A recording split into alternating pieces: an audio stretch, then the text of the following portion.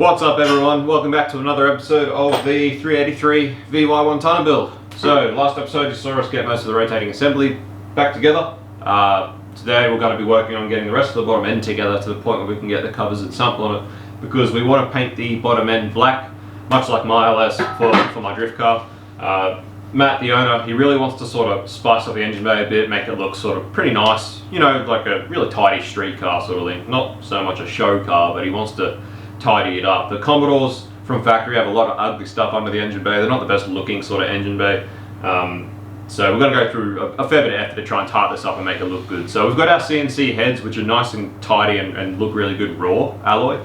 So our plan was to paint the bottom end black and then leave the heads raw, and then we've got that big black ProFlow manifold, which it should look pretty good set out like that, we believe. So that's what we're going to do. So we'll work on getting the rest of this bottom end together. So we've got this nice big ProFlow high-rise manifold, which we are still unsure of whether it's actually going to fit under the bonnet of the VY. So that's going to be a bit of a test. Might end up in a position like the VE where we have to mill down the engine mounts a little bit. We've also got a 92mm throttle body for this big 383 to breathe really nicely through these CNC ported heads and everything else. So. Alright, so I've actually had to modify the windage tray a bit. So stock, the windage tray actually has 3 holes that are slotted, they're not actually round. So I had to modify them with the die grinder and just make them round for the new studs so they fit. So now we've got the windage tray on, now we need to check it for clearance with the crank. So alright, a bit more modification sorting that out, and now we've got it, it does actually hit. Probably hard to see from here, but they do hit. So we've got 2 options, is either to try and clearance where they are hitting, or space the tray away from the crank. I think we space it because they're hitting too many spots. They're hitting there, the top and the side. Yeah. So we're better off spacing it. Cool, well I like that because it means I don't have to modify the tray anymore. Yeah. I was just thinking.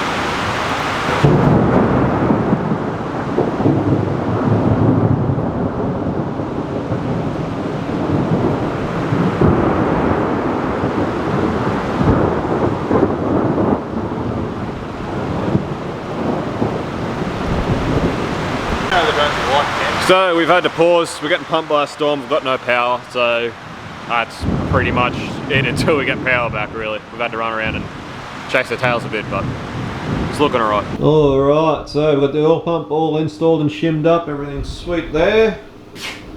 I was busy cleaning these up while we're doing that, so we'll knock in some new seals. Alright, so we've got some power back, we're all spaced up. Rex has modified the pickup to suit the double row timing chain. As you can see, we're also, as always, with the double row, using our collet for our oil pump pickup. Really good insurance using one of those. Hopefully if we get it together today, hopefully tomorrow, we've actually got some weather where we can actually paint the bottom end. Because otherwise it's gonna be a pain. A real pain. Alright, next thing I'm going to do is actually just test fit the sump, because we have had issues before with the tubes, with the oiling passages in the sump actually failing on things like head studs. So test fit that to make sure that the sump actually clears the head studs and everything else before we go too much further. Hopefully it'll be happy days. And then we can get our pickup and everything else on front and rear covers and off we go. Down. Yep. Alright. You sure? Yep. Yeah. It's flat even without the gasket, look at that. Yeah, this side sits up. Oh, can you don't? Okay.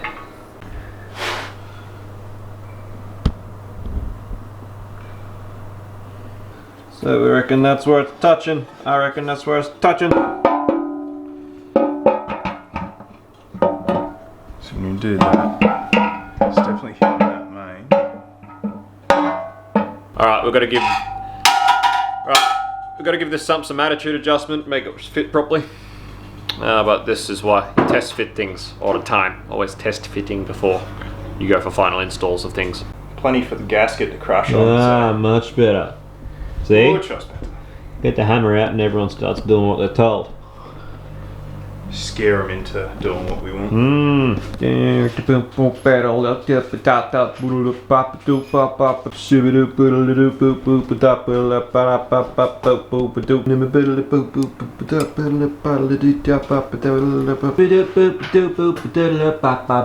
Beautiful.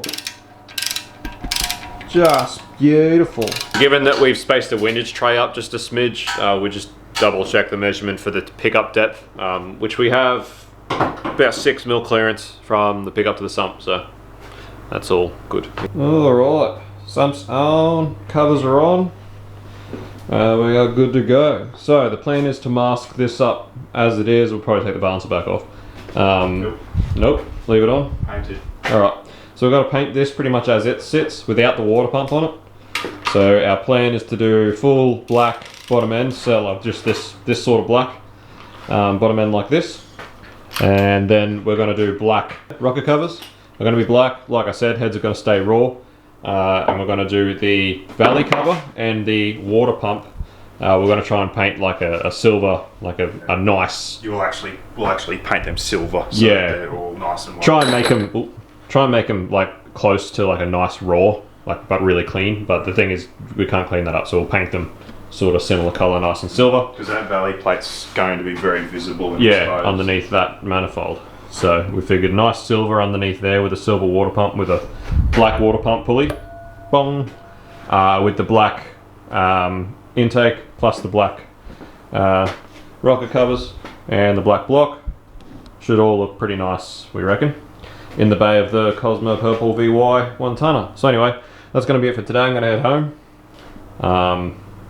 And hopefully tomorrow we get some good painting with us so we can paint this. So we'll pick this up then if we do so, or if not, we'll just pick it up whenever we are working on this thing again. Not bad. What's up, guys? Another day. We've been blessed with some sunshine this morning. So fingers crossed it's not going to storm this afternoon, but regardless, we're going to make the most of the weather and try and get this thing painted today. So we've spent the morning masking up. It is a long and painful process, but it's got to be done. So we masked up the whole bottom end, everything that doesn't want to be painted. Rex is just cleaning up all of our little brackets and stuff at the moment. As you can see, beautiful day at the moment, but they are saying maybe storms this afternoon. I've actually decided while we're mixing paint and painting things as we go, I'm going to try and paint the engine bay of the 31 and the Sylvia so that they're both done, the engine bays. I figure I can just paint them, sit the bonnets back on top of them if it starts to rain.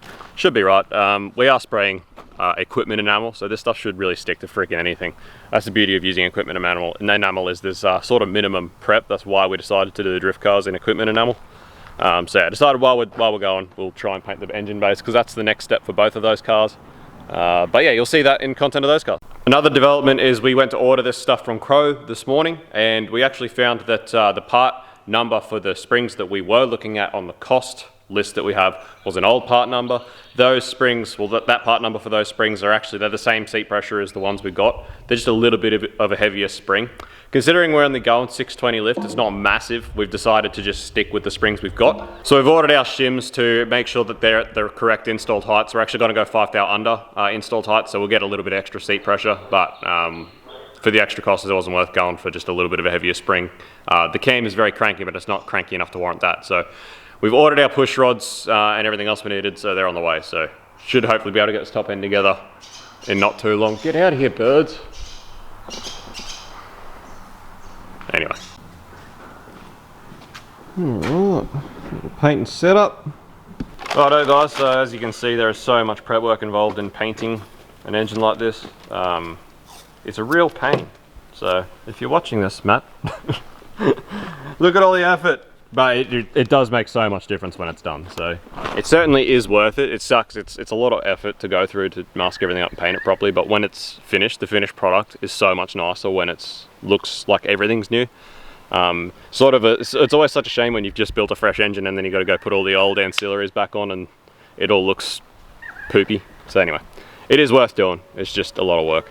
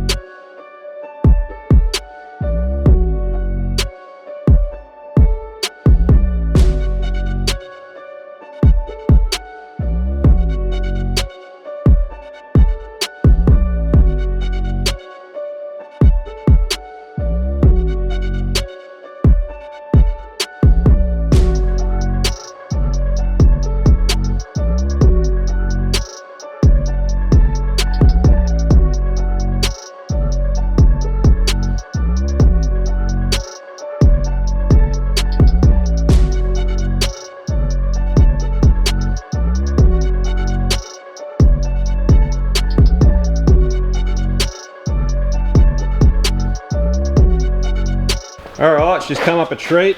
Looks real good.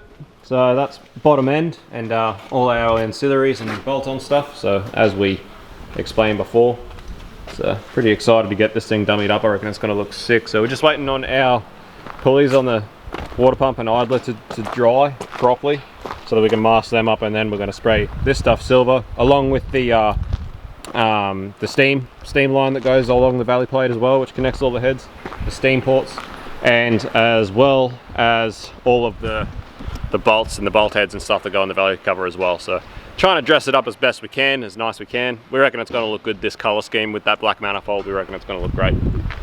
So we're hoping we can get a dummy together fairly soon so we can see what it looks like and send a photo to the customer. Everything else has come up real nice. So even his reservoir actually cleaned up really well. So as much as when we pulled this engine down that it had been not built very well at all, a lot of the stuff on it seems to be very low K, or like a really low amount of work. So that's a plus, I guess.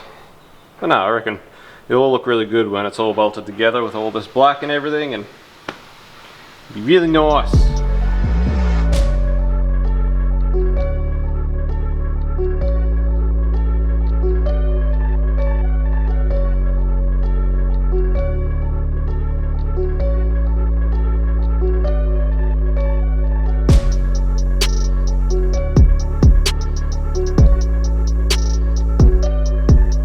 So we ended up actually just polishing these bolt heads on the wire wheel, and they came up really nice. So they should look really good. All is well and good.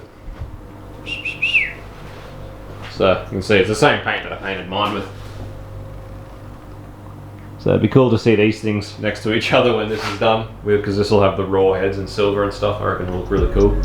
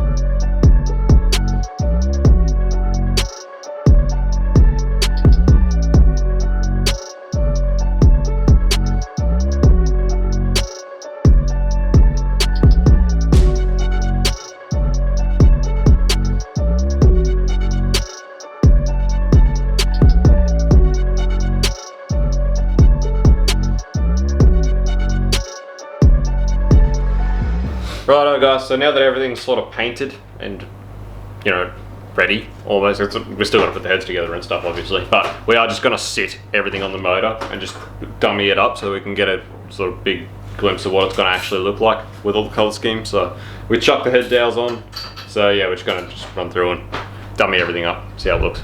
Righto guys, big reveal. Pow! It's looking about as good as we thought it would. That looks awesome. So you can see how we really wanted that silver on the valley plate to break up the black from the intake, and then black on the rocker covers is always a good idea, I reckon. But no, looking real good. Obviously there's a lot more to add. This is just a quick dummy throw together so we can see what it's going to look like. Hopefully it still looks just as cool once we actually get our coils on there.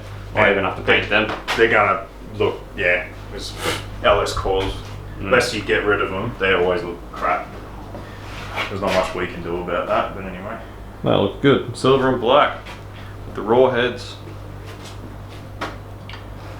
I like it. I'm happy with the colour scheme that we picked. I reckon it'll look good in old purple. Old purple VY.